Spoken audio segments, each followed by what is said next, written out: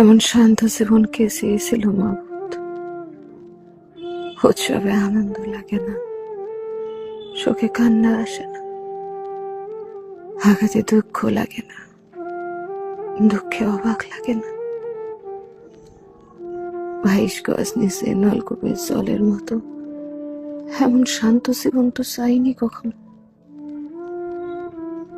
আমার নদীর জলের মতো বানাইতে পারতাম, বাতাসে ঢেউ হইতাম, মানুষ আসতো, দেখতো, জোয়ার ভাটার মতো খোঁজখবর নিত। আমারে মানুষ বানাইলা, বুকে ব্যথা আর পাহাড় দিলা, শুধু খোঁজ নেওয়ার মানুষ দিলা না।